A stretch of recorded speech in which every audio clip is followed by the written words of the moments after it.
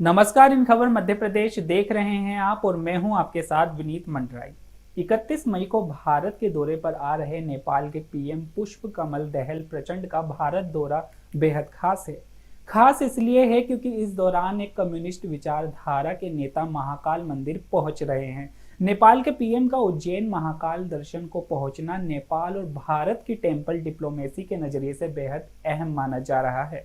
ऐसे कयास लगाए जा रहे हैं कि इस टेम्पल डिप्लोमेसी के माध्यम से नेपाल और भारत की कल्चरल बॉन्डिंग को और मजबूती मिलेगी।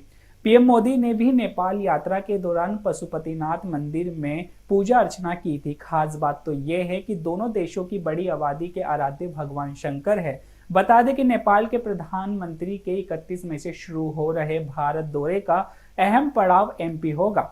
पुष्प कमल दहल इस दौरान उज्जैन में भगवान महाकाल के दर्शन के लिए जाएंगे। उनकी यात्रा का अहम पड़ाव इंदौर भी है। देश के सबसे स्वच्छ शहर के दौरे के साथ नेपाल के पीएम प्रचंड ये जानेंगे कि इस शहर को देश का सबसे स्वच्छ शहर बनाने के पीछे कौन सी रणनीति इस्तेमाल की गई है। लेकिन खास बात यह है कि पीएम पुष्प कमल का उज्जैन पहुंचकर महाकाल की पूजा अर्चना करना है। इसे भारत और नेपाल के सांस्कृतिक संबंधों को मजबूत करने की दिशा में एक महत्वपूर्ण कदम माना जा रहा है। वहीं विदेश मामलों के जानकार राविंद्र सचदेवा इस टेम्पल डिप्लोमेसी को नेपाल और भारत के रिश्तों की मजबूती की दिशा में एक महत्वपूर्ण कदम बताते हैं।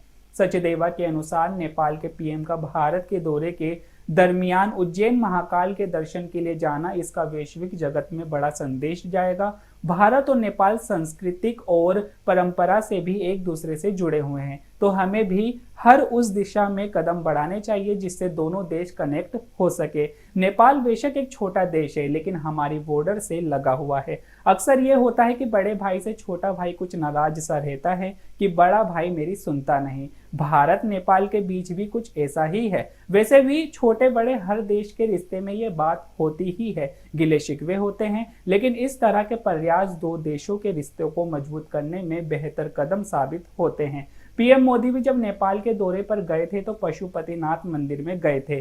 अब उसी टेम्पल डिप्लोमेसी को आगे बढ़ाने नेपाल के पीएम आ रहे हैं। इसे इस नजरिए से भी देखिए कि भारत का जो धार्मिक पर्यटन है उसे इसकी वजह से कितना बढ़ावा मिलेगा। तो अभी के लिए केवल इतना ही। ऐसी ही प्रदेश से जुड़ी तमाम खबरों के लिए देखते रहिए इन खबर मध्य प्रदेश। नमस्कार।